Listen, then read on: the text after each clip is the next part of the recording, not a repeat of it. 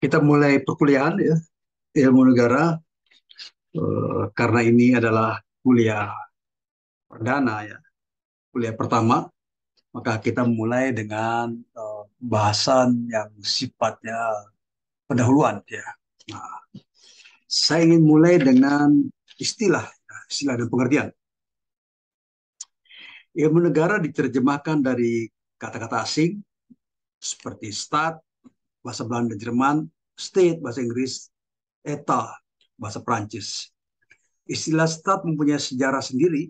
Istilah itu mula-mula dipergunakan dalam abad ke-15 di Eropa Barat. Anggapan umum yang diterima bahwa kata stat itu dialihkan dari bahasa Latin status atau statum. Ya.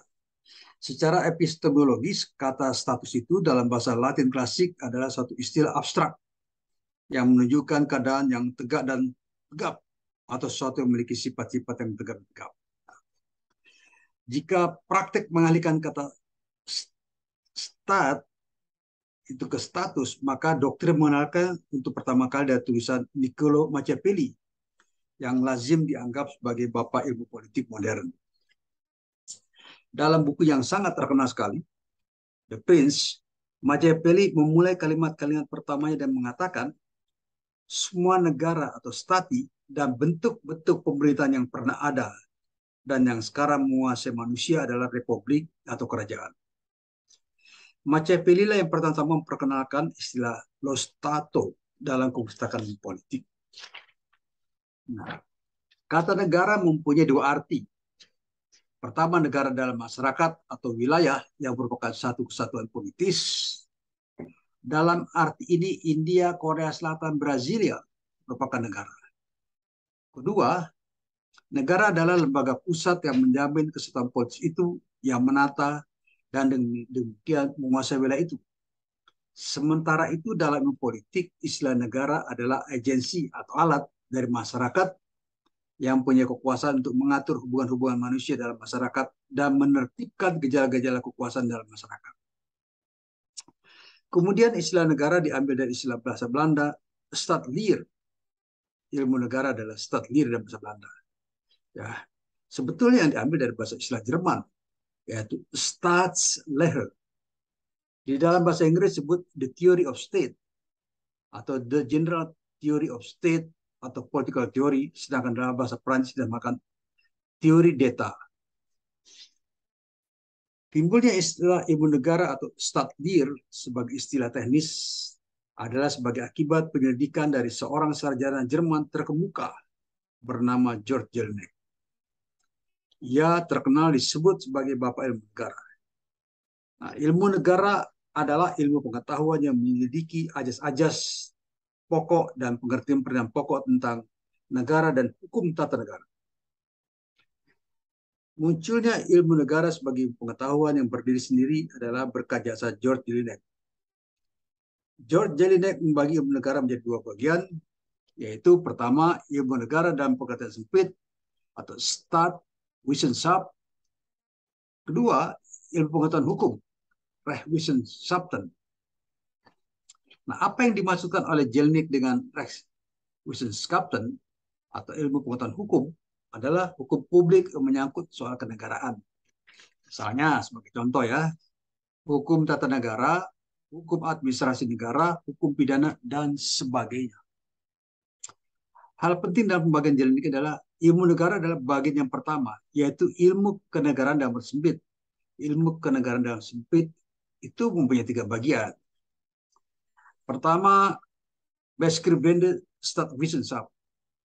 Sifat ilmu pengetahuan itu adalah deskriptif yang hanya menggambarkan dan menceritakan peristiwa-peristiwa yang terjadi yang berhubungan dengan negara. Kedua, theoretische Staatswissenschaft. Mengadakan penyelidikan lebih lanjut dari bahan-bahan yang dikumpulkan oleh beskrivende Staatswissenschaft dengan menganalisis, analisis dan mengusahakan mana yang punya ciri-ciri yang khusus. Theoretische Staatswissenschaft mengadakan penyusunan tentang hasil-hasil penyelidikannya dalam satu kesatuan yang teratur dan sistematis. Inilah ilmu kenegaraan yang merupakan ilmu pengetahuan yang sebenarnya. Ketiga, praktisi Staatswissenschaft. Ilmu pengetahuan yang tugasnya mencari upaya bagaimana hasil penyelidikan theoretische Staatswissenschaft dapat dilaksanakan dalam praktek dan pelajaran-pelajaran yang diberikan itu semata-mata mengenai hal yang berguna untuk tujuan praktek. Negara sebagai objek tidak hanya dikaji dalam ilmu negara, tapi negara juga dijadikan objek kajian hukum tata negara, hukum administrasi negara. Dalam hukum tata negara dan hukum administrasi negara, sebagai objeknya yang menitikberatkan pada pengertian yang konkret. Artinya objek negara itu terikat pada tempat, keadaan, dan waktu tertentu. Nah, sekarang pendapat Jelinek. Jelinek melihat negara dari sudut sosiologis dan yuridis. Ya. Apa pendapat Jelinek itu? Kita bisa lihat ya, dalam satu struktur. Ya. Jadi menurut Jelinek, ya, dia membahas ilmu negara dalam bukunya bernama Allgemeine Staatslehre. Ya, nah, dia mengatakan begitu. Jadi dia membagi nih ilmu negara dalam arti luas dibagi dua, dalam arti sempit, ya, ilmu pengetahuan dan ilmu pengetahuan hukum. Jadi Staatswissenschaft dan Rechtswissenschaft. Kemudian dibagi lagi ini ilmu pengetahuan hukum menjadi theorische Staatlehre dan theoretische Staatlehre dan praktische Swisswissenschaft. Ya, Swisswissenschaft. Kemudian theoretische Staatlehre ini dibagi lagi menjadi dua, Allgemeine Staatlehre atau ilmu negara umum dan Besondere Staatlehre, ilmu negara khusus. Kemudian ilmu negara umum terbagi lagi Allgemeine Social Staatlehre dan Allgemeine Staatsrechtslehre. Sedangkan ilmu negara khusus terbagi menjadi Spezialise Staatlehre dan Individuelle Staatlehre. Masih di dalam bukunya Jelinek ya, mengatakan Allgemeine Soziale Staatlehre adalah teori mengenai sifat hakikat negara. Dua, teori mengenai pembenaran hukum atau penghalalan negara. Ketiga, teori mengenai terjadi hukum negara. Keempat, teori mengenai tujuan negara. Lima, teori mengenai penggolongan tipe negara.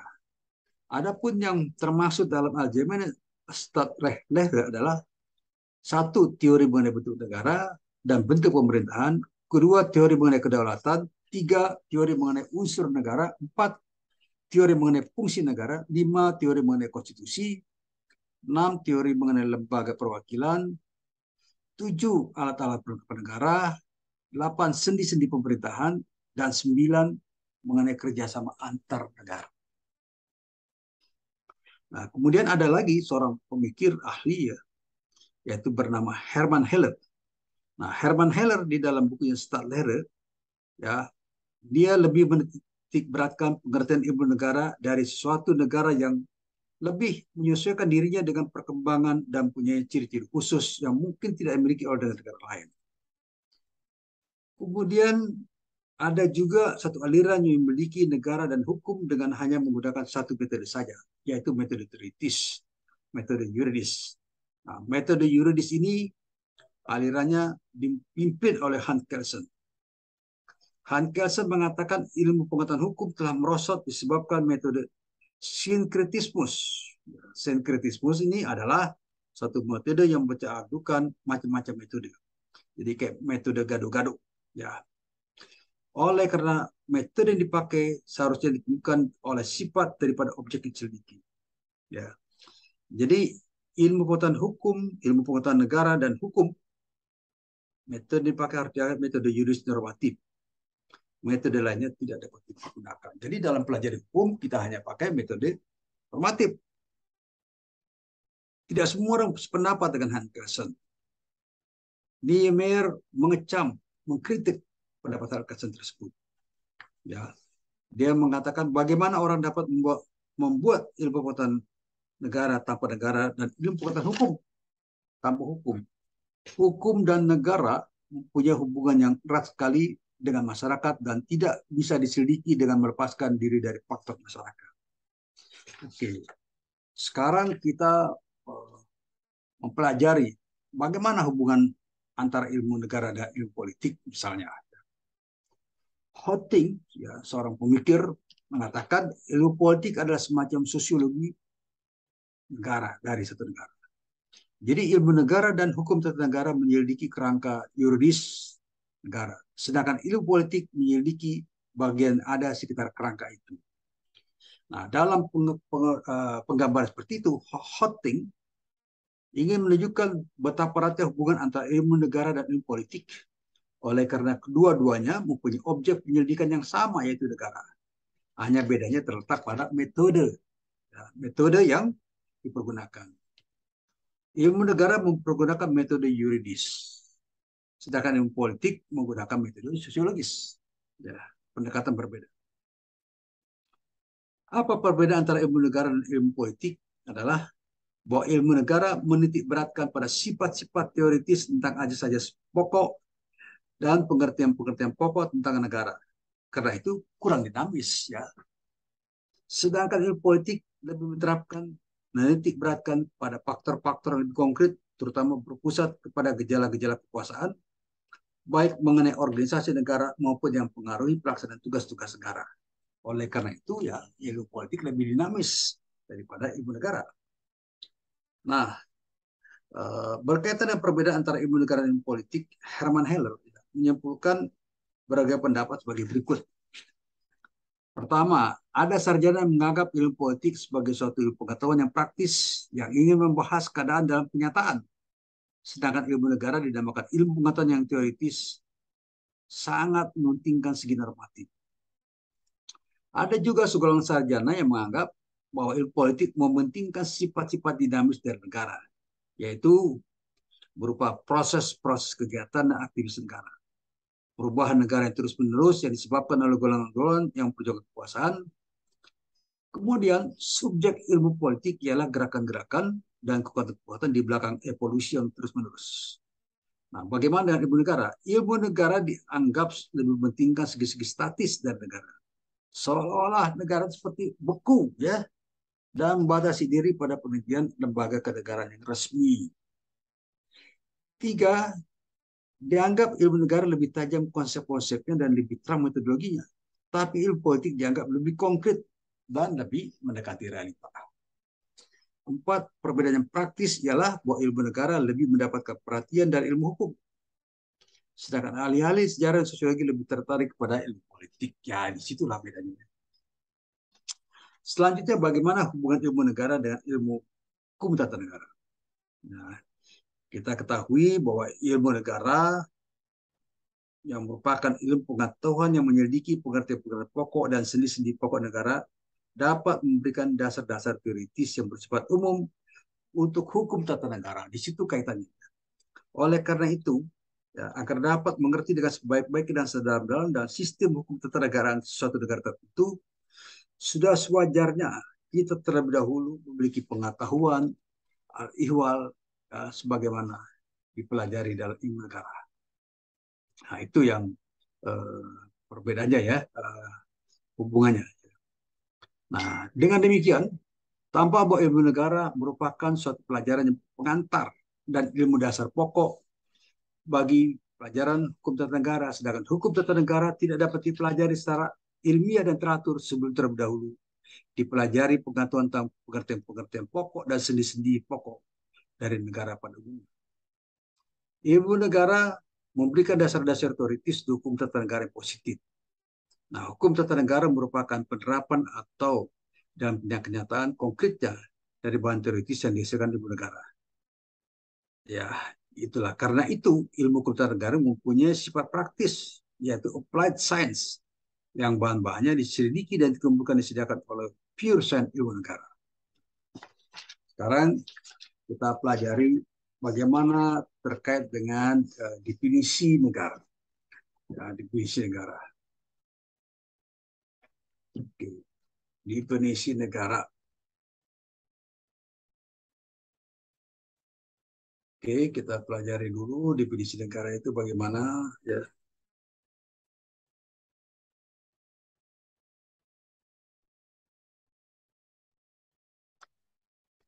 Oke,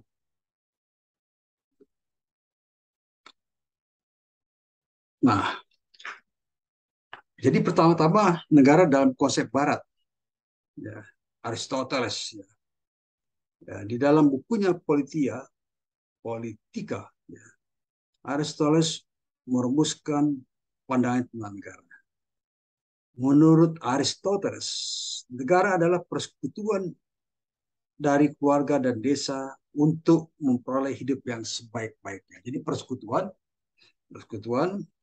eh, keluarga dan desa. Nah, ya, negara yang dimaksud adalah negara yang hukum di dalamnya terdapat sejumlah warga negara yang ikut serta dalam permusyawaratan negara atau eklesia. Yang dimaksud negara hukum adalah negara yang berdiri di atas hukum yang menjamin keadilan kepada warga negara.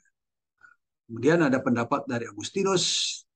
Ya, Agustinus ini membagi negara atas dua bagian. Pertama, negara disebut sebagai civitas Dei atau negara Tuhan. Dan kedua, civitas terrena atau civitas diaboli. Artinya negara-negara duniawi dan negara iblis. Negara Tuhan bukanlah negara dari dunia ini, akan tapi jiwanya sebagian dimiliki oleh beberapa orang dunia untuk mencapainya. Nah, yang melaksanakan adalah gereja, wakil Tuhan. Keadilan hanya dapat dicapai jika negara diperintah oleh seorang Kristen dalam civitas Dei. Hanya dengan mengejar ke arah negara Tuhan yang orang dapat mencapai hidup bahagia itu selama-lamanya. Nah, dalam negara duniawi yang merupakan civitas Diaboli, pemerintahnya bertindak semena-mena. Oleh karena itu, negara duniawi dipegang oleh orang-orang terjerumus dalam dosa. Nah, kira-kira begitulah karakternya, ya. Dan ini menyangkut sejarah bisa di dalam negara Romawi. Kemudian ada tokoh lain pemikir itu Machiavelli. Nah, Machiavelli menulis buku yang berjudul Principle. Machiavelli mengatakan raja harus memerintahkan sebaik-baiknya. Negara dalam paham Machiavelli dipandang sebagai negara kekuasaan. Nah, kemudian apabila timbul kekacauan, maka pertama-tama dicari sebabnya pada raja yang memerintah negara itu. Kelemahan raja dalam memerintah terletak pada pengaruh agama yang menerapkan rasa susila dan rasa keadilan kepadanya. Dalam keadaan demikian, justru raja harus kuat untuk membatasi segala kekacauan. Apabila perlu, dia harus berlaku kejam untuk menindasnya. Nah, kira-kira itu pendapat Machiavelli, ya. Kemudian kekuatan yang mengatasi segala-galanya itu dan kekejaman yang harus dimiliki oleh seorang raja akan membuat dia menjadi penguasa tunggal dalam negara. Jadi raja itu harus kejam. Kalau menurut Machiavelli, ya. Kemudian ada juga pendapat dari Thomas Hobbes, John Locke, dan J.J. Rousseau. Ya. Kemudian inilah Thomas Hobbes, ya, menyamakan manusia terhadap manusia lain sebagai serigala. Ungkapannya terkenal adalah homi lupus. Hobbes menggambarkan negara sebagai makhluk raksasa dan menakutkan yang melegitimasikan diri semata-mata karena kemampuan untuk mengancam.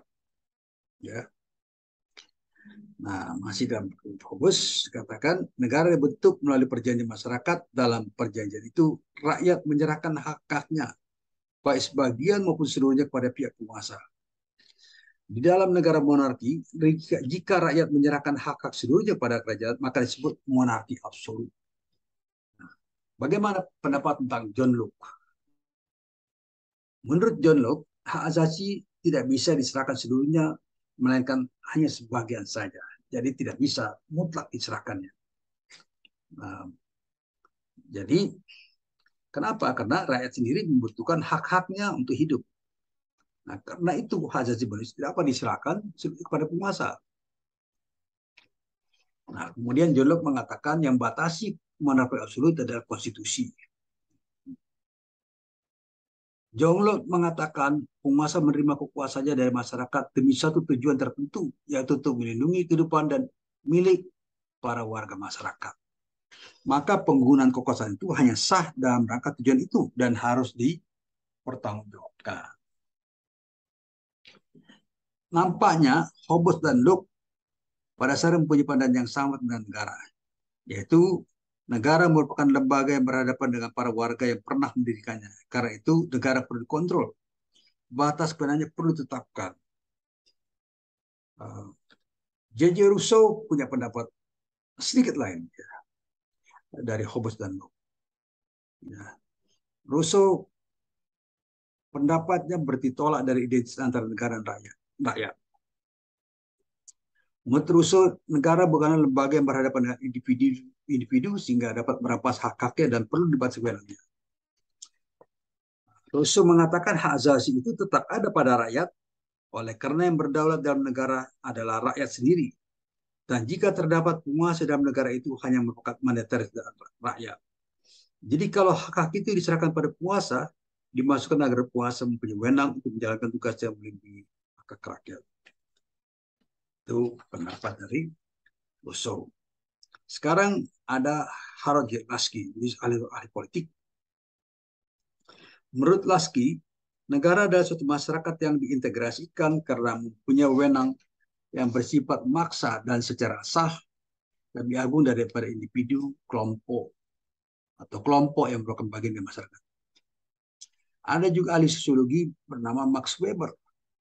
Menurut Weber, negara adalah salah satu lembaga yang memiliki absahan untuk melakukan tindakan kekerasan terhadap warganya. Pendapat ini dibantah oleh Anthony Giddens dan Ernest Gellner yang menganggap Weber terlalu menggeneralisir tanpa membedakan negara modern dan tradisional serta generalisasi kekerasan sebagai institusi moral setiap negara. Ada juga pendapat dari Robert M. McIver. Ya, dia mengatakan negara adalah asosiasi yang menyelenggarakan penertiban dalam satu masyarakat, dalam satu wilayah berdasarkan sistem hukum yang diselenggarakan oleh suatu pemerintahan yang untuk maksud tersebut diberi kuasa memaksa. Ada pendapat lain dari seorang sarjana terkemuka bernama Logeman. Ya. Logeman mengartikan negara sebagai organisasi kewibawaan atau gesah organisasi. Kewibawaan yang menyebabkan negara sebagai organisasi yang dapat hidup abadi. Nah, kewibawaan itu juga tergantung pada siapa yang memerintah, apakah yang memerintah itu bangsa lain atau bangsa sendiri. Nah, yang menjadi pokok ialah negara itu berwibawa dan buktinya segala perintahnya dipatuhi dan ditaati oleh rakyat. Ada pendapat lain juga dari Kranberg, ya, dalam bukunya Allgemeine Staatslehre. Kranberg merumuskan negara sebagai suatu organisasi yang timbul karena kehendak dari suatu golongan atau bangsa sendiri. Sekarang kita lihat dari sudut lain, negara dalam konsep Islam. Dalam konsep Islam, istilah negara itu bermakna daulah, khilafah, hukumah, imamah, dan kesultanan. Daulah berasal dari bahasa Arab, yakni daulah. Kata ini dapat diartikan sebagai suatu kelompok sosial yang menetap pada suatu wilayah tertentu dan diorganisir oleh suatu pemerintahan yang mengatur kepentingan dan kemaslahatan. Namun, Olaf Skuman mengatakan istilah daulah dan dinasti atau wangsa, yaitu sistem kekuasaan yang berpuncak pada seorang pribadi yang didukung oleh keluarganya atau klannya. Dalam konteks modern, istilah tersebut diartikan sebagai konsep negara dan konsep utama di kalangan diskursus Islamisasi kontemporer. Nah, oke. Ada pendapat lain mengatakan daulah tidaklah sama dengan konsep kedaulatan atau bukan negara nation state dalam pengertian modern. Ya, itu pendapatnya. Ya, daulah dalam kerajaan Islam di Nusantara misalnya merupakan konsep mutlak raja yang sumber dari kualitas sakral sang raja dengan kota gaib yang menjaganya dan pribadi. Menurut sejarah, istilah ini pertama kali diperkenalkan dalam politik Islam ketika kekhalifahan dinasti Abbasiyah meraih tampuk kekuasaan pada pertengahan abad ke-8. Pada masa tersebut, kata daulah diartikan dengan kemenangan giliran untuk meneruskan kekuasaan dan dinasti, atau sebelum Abbasiyah pernah ada daulah Umayyah atau giliran keluarga Umayyah. Maka sekarang adalah giliran keluarga Bani Abbas dan Abbasiyah. Istilah tersebut tidak ditemui pada masa Nabi Muhammad, Khalifah Rasyidin atau Umayyah. Kemudian ada istilah lain, khilafah. Khilafah berarti perwakilan, pergantian atau jabatan khalifah. Istilah ini berasal dari bahasa Arab, half berarti wakil, pengganti, dan penguasa. Dalam perspektif politik Sunni, khilafah didasarkan pada dua rukun, yaitu konsensus elit politik, ijma, dan pemberian legitimasi, bai'ah. Menurut Bernard Lewis, istilah khalifah pertama kali muncul di Arab pra-Islam dalam suatu dinasti Arab abad ke-6 Masehi. Di situ kata khalifah nampaknya menunjuk pada semacam raja muda atau letnan yang bertindak sebagai wakil pemilik kedaulatan yang berada di tempat. Sedangkan dalam Islam, istilah itu pertama kali digunakan ketika Abu Bakar menjadi khalifah pertama setelah Nabi Muhammad SAW meninggal dunia. Dalam pidato inaugurasinya, Abu Bakar menyebut dirinya sebagai khalifah Rasulullah dan pengertian pengganti Rasulullah. Karena istilah tersebut ya, sangat erat kaitan tugas-tugas Nabi yang meneruskan misi Rasulullah. Kemudian ada istilah hukumah bermakna pemerintah. Dalam bahasa Persia dibaca dengan sebutan hukumat. Istilahnya tidak sama dengan istilah daulah. Selain itu, hukumah juga berbeda dengan konsep khilafah dan imamah. Ya, sebab kedua konsep tersebut lebih berhubungan pada politik dan kekuasaan, sedangkan hukumah lebih berhubungan dengan sistem pemerintahan. Oke, ini adalah pendapat juga dari Said Akil. Konsep negara seperti hakimiyah merupakan produk dari pemahaman yang sangat harfiah terhadap Al-Quran. Kemudian ada termin lagi imamah, disebutkan negara Islam dan kajian keislaman. Menurut Munawir Sajali, ya, katakan bahwa imam adalah khalifah raja sultan kepala negara. Dengan demikian menurut Munawir, ya, bahwa jabatan itu adalah jabatan politik. Ya, kira-kira begitu ya ini ya. Jadi karena menurut khilafah ada kepemimpinan umum bagi seluruh kaum muslimin dunia untuk menegakkan hukum syariat dan merupakan dakwah Islam ke seluruh penjara dunia. Ada istilah lain, yaitu istilah kesultanan, dapat diartikan sebagai wewenang. Kata ini menurut Lewis muncul berkali-kali dalam Al-Quran dengan arti kekuasaan, kadang-kadang bukti, dan sebagainya. Nah, jadi dalam kajian ini, istilah negara dalam Islam memiliki beragam corak. Menurut sejarah, hampir semua istilah tersebut pernah dipraktikkan oleh umat Islam. Oke, ini adalah kuliah perdana. Kita memakai buku, ya, bukunya Profesor Nikmatul Huda, ilmu negara, tapi banyak juga sebetulnya buku lain ya, seperti misalnya saya pengen berikan lagi buku lain, ya, misalnya buku ini, ada juga dari bukunya uh, Profesor Kusnari,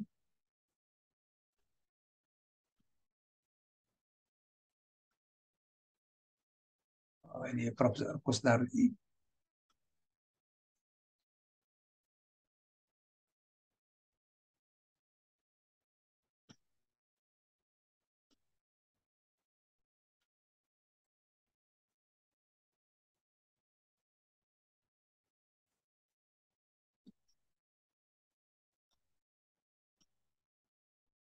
ini saya pengen share ya bukunya. Oke, ini buku Pak Kusnari dan Prof. Binan Saragi ya. Ada buku lain, bisa juga saya bagikan lagi. Buku lainnya adalah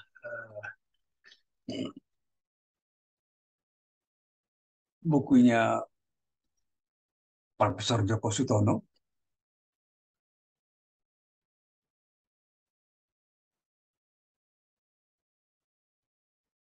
Ya, ini buku pegangan ya, terbitkan oleh Galeri Indonesia. Mungkin tidak dijual lagi di umum, ya, tapi bisa dilihat di berbagai macam perpustakaan, termasuk mungkin di Pakuan atau ada di Fakultas Hukum Universitas Indonesia. Ya, ini buku. Jadi pegangan lain kita bisa lihat, misalnya ada lagi buku yang bisa menjadi bahan bacaan. Nah ini yang buku juga buku yang dipakai juga dalam literatur ya, dalam mengajar.